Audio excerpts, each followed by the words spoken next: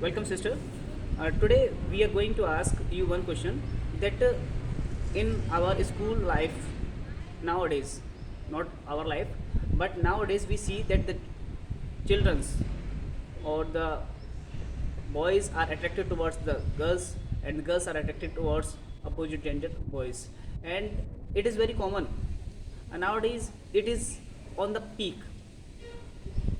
आजकल क्या देखते हैं दीदी हम कि आजकल जो जनरेशन है, जो पढ़ाई की बात करें, हम पढ़ने के लिए स्कूल तो जाते हैं लेकिन पढ़ाई को छोड़ के सब काम करते हैं। तो उस एज में जो हमारी एडोलसेंट एज है, the age between 12 to 18 years, उस एज में अपने माइंड को कॉन्सेंट्रेट कैसे करें, फोकस कैसे करें?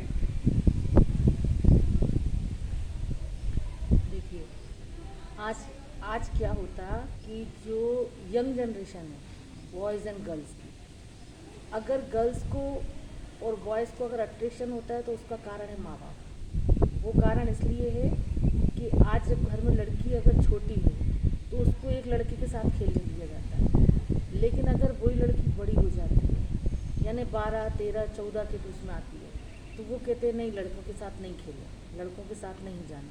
तो आपने एक चीज़ देखी है कि अगर अपन से कोई चीज़ बोलो कि ये नहीं करना तो ये मन सबसे पहले वही चीज़ करता है। हाँ, वो साइकोलॉजी है, वो तो रिवर्स साइकोलॉजी है। तो उस लड़की को इतना अच्छे से परिवार में तैयार कर देते हैं कि बेटा तुम्हें लड़की के साथ नहीं रहना। अब वो लड़की जब अपने यंग एज में आती है तो वो चीज़ जो उसको माँ बाप ने कहा था कि ये नहीं करना, तो वो उसको कुछ अंदर से ऐसी फीलिंग देती है कि नहीं, ये नहीं करना मतलब ज़रूर इसमें कुछ अच्छा है, तो वो उस तरफ जाता है।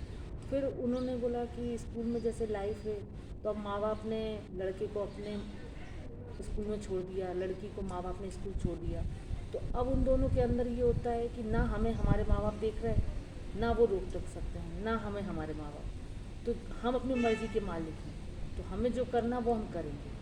अब यहाँ क्या हुआ कि थोड़ा सा अट्रैक्शन होता है बॉडी का, किसी को किसी की थोड़ी शक्ल अच्छी लगी, उन्होंने कहा अरे ये हमें देख रहा है, ये हमें पसंद कर रहा है, यानी ये हमें प्यार करता है, तो उन्होंने लव की फीलिंग उस बॉडी को देख कर दी।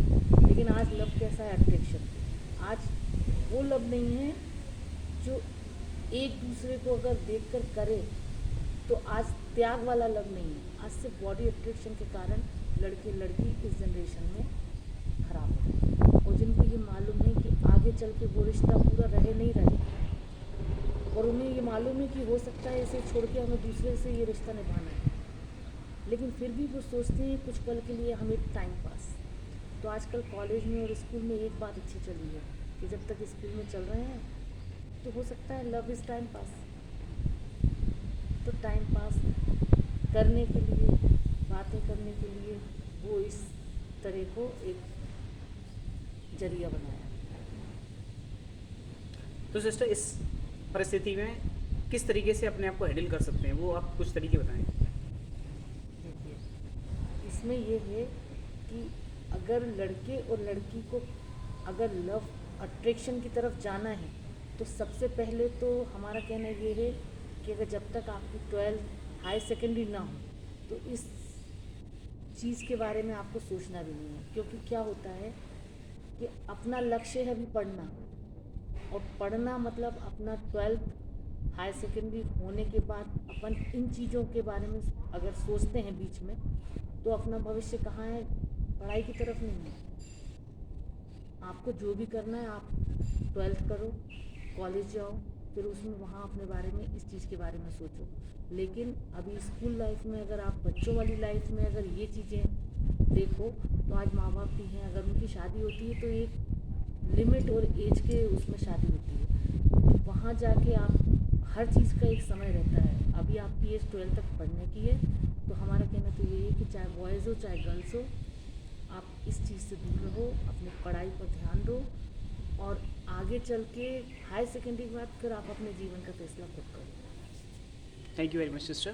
Sister guides us if we are in the adolescent age, then we have to take care of our feelings or the emotions which we are feeling, which are the cause of, you can say, it is the reason of our age, it is not our mistake. But if we are in the adolescent age between age 12 to 19 or 20 years, and if we are in the higher secondary or in the 12th grade, then we have to be very very careful, because this is the first stage of our life. And if we are failed in this such stages, then it is very rare chance for to get achieving very excellency in a later stage of life. Thank you very much, sister, for this guidance.